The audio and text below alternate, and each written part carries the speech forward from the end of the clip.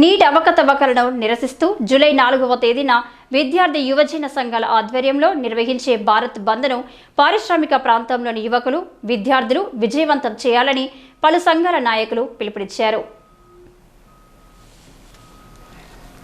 ఈ మేరకు బుధవారం ఉదయం గోదావరికని భాస్కరరావు భవన్లో నిర్వహించిన సమావేశంలో ఏఐఎస్ఎఫ్ పెద్దపల్లి జిల్లా కార్యదర్శి రేణిగొట్ల ప్రీతం, ఎన్ఎస్యుఐ రాష్ట్ర కార్యదర్శి బైరిమల దుర్గాప్రసాద్, ఏఐవైఎఫ్ జిల్లా కార్యదర్శి మార్కపురి సూర్య, డివైఎఫ్ఐ జిల్లా అధ్యక్షులు కొంటు సాగర్ మాట్లాడుతూ కేంద్రంలో బీజేపీ అధికారంలోకి వచ్చినప్పటి నుండి పోటీ పరీక్షల్లో అవకతవకలు జరుగుతూనే ఉన్నాయని ఆరోపించారు.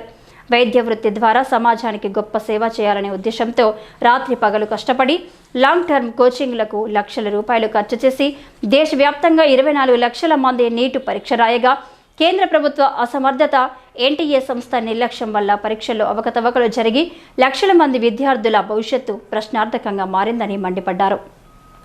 దీనికి ప్రధానమంత్రి బాధ్యత వహించకపోగా కంటి తుడుపు చర్యగా ఎన్టీఏ సంస్థ చైర్మన్ను సస్పెండ్ చేసి చేతులు దులుపుకోవడం సరైంది కాదని ఖండించారు.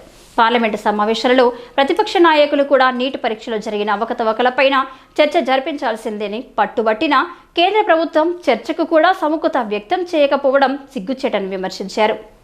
ఇప్పటికైనా ప్రధానమంత్రి నరేంద్ర మోడీ స్పందించిన నీటిలో జరిగిన అవకతవకలపైన సిట్టింగ్ జడ్జితో విచారణ జరిపించాలని, కేంద్ర విద్యాశాఖ మంత్రిని వెంటనే సస్పెండ్ చేయాలని, నష్టపోయిన విద్యార్థులందరికీ నష్టపరిహారం చెల్లించి తిరిగి నీట్ పరీక్షను రాష్ట్ర ప్రభుత్వాలే నిర్వహించే విధంగా చర్యలు చేపట్టాలని డిమాండ్ చేశారు.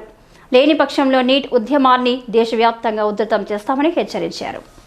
జూలై 4న జరిగే విద్యా సంస్థల బంద్ను విద్యా సంస్థలు సంపూర్ణ మద్దతు తెలియజేసి సంపూర్ణంగా బంద్ చేయాలని ఏఐఎస్ఎఫ్గా వామపక్ష విద్యార్థి యువజన సంఘాలుగా మేము కోరుతా ఉన్నాము.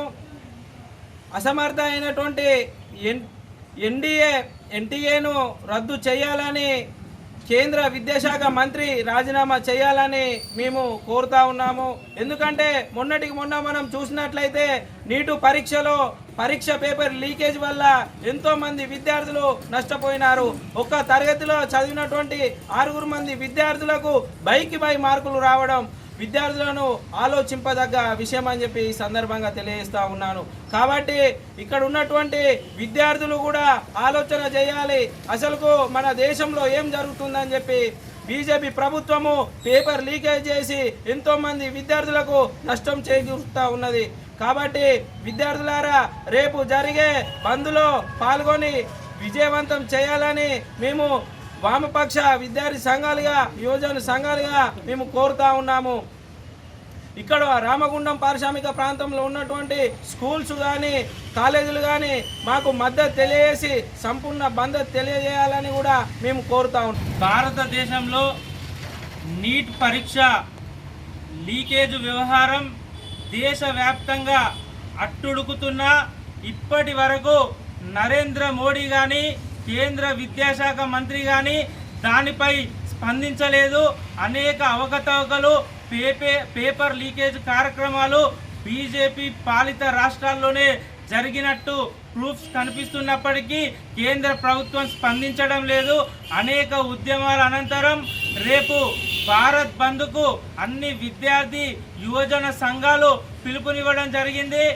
దీనికి సంబంధించినటువంటి ఎన్టీఏ నీట్ పరీక్ష నిర్వహించినటువంటి ఎన్టీఏ ఏజెన్సీని వెంటనే రద్దు చేయాలని, నీట్ పరీక్షను రద్దు చేసి మరొకసారి ఆన్లైన్ ద్వారా నిర్వహించాలని, దేశవ్యాప్తంగా ఉన్నటువంటి విద్యా సంస్థల్లో, ప్రభుత్వ విద్యా కార్యాలయాల్లో ఉన్న సమస్యలను పరిష్కరించాలని కేజీ టు పీజీ విద్యా సంస్థల బంద్కు పిలుపునివ్వడం జరిగింది. దీనికి గోదావరికని పారిశ్రామిక ప్రాంతంలో ఉన్నటువంటి విద్యా సంస్థలతో పాటు వ్యాపార వాణిజ్య వర్గాలు భారత్ బంద్కు సహకరించాలని యువజన విద్యార్థి సంఘాల తరపున మేము వారిని కోరుతున్నాం.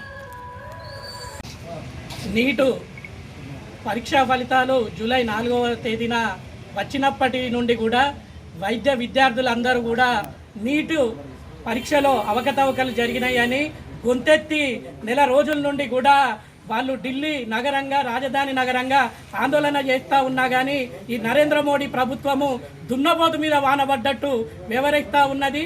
కాబట్టి వెంటనే ప్రధాన మంత్రి మోడీ గారు స్పందించి దీని మీద సిట్టింగ్ జడ్జితో విచారణ జరిపించాలని విద్యార్థి యువజన సంఘాలుగా డిమాండ్ చేస్తూ ఉన్నాము.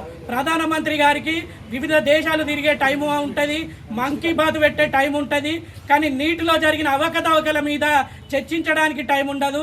దాని మీద విచారణ జరిపించడానికి ఎందుకు టైం ఉండదని విద్యార్థి యువజన సంఘాలుగా మేము ప్రశ్నిస్తూ ఉన్నాం. అయ్యా ప్రధాని నరేంద్ర మోడీ గారు 24 లక్షల మంది విద్యార్థుల భవిష్యత్తు ఎన్టీఏ అనే ఒక అసమర్థత సంస్థ వల్ల ఈరోజు ప్రశ్నార్థకంగా మారింది. ఎన్నో లక్షల రూపాయలు ఖర్చు పెట్టుకొని రేయరనక పగలనక కోచింగులు తీసుకొని ఈరోజు నీట్ ఎగ్జామ్ రాస్తే మీ అసమర్థత వల్ల వాళ్ళ జీవితాలన్నీ కూడా ప్రశ్నార్థకంగా మారిన పరిస్థితులు ఈరోజు కనబడతా ఉన్నాయి. కాబట్టి వెంటనే ప్రధాని నరేంద్ర మోడీ గారు స్పందించి విద్యాశాఖ మంత్రిని తొలగించాలి. ఏదైతే ఎన్టీఏ సంస్థ ఉందో దాని మీద సిట్టింగ్ జడ్జితో విచారణ జరిపించి 24 లక్షల మంది విద్యార్థులకు న్యాయం చేయడంతో పాటు నష్టపోయిన ప్రతి విద్యార్థికి కూడా నష్టపరిహారం ఇవ్వాలి. తిరిగి నీట్ ఎగ్జామ్ పెట్టి ఆ విద్యార్థులను ఆదుకోవాలి. మళ్ళీ తిరిగి కోచింగ్ తీసుకునే విద్యార్థులను కూడా ఈ కేంద్ర ప్రభుత్వమే ఆదుకోవాలని విద్యార్థి యువజన సంఘాలుగా మేము డిమాండ్ చేస్తూ ఈ విద్యార్థి యువజన సంఘాలుగా చేసే రేపు బంద్కి రామగుండం పారిశ్రామిక ప్రాంతంలో ప్రజలు విద్యార్థులు అందరూ పూర్తి స్థాయిలో ఈ భారత్ బంద్కి సపోర్ట్ చేయాలని డివైఎఫ్ఐగా మేము కోరుకుంటా ఉన్నాము. ఈ కార్యక్రమంలో డివైఎఫ్ఐ నాయకులు చంద్రగిరి కృష్ణకుమార్, ముగిలిచర్ల సురేష్, అట్ల శివకుమార్, సూర్య తదితరులు పాల్గొన్నారు.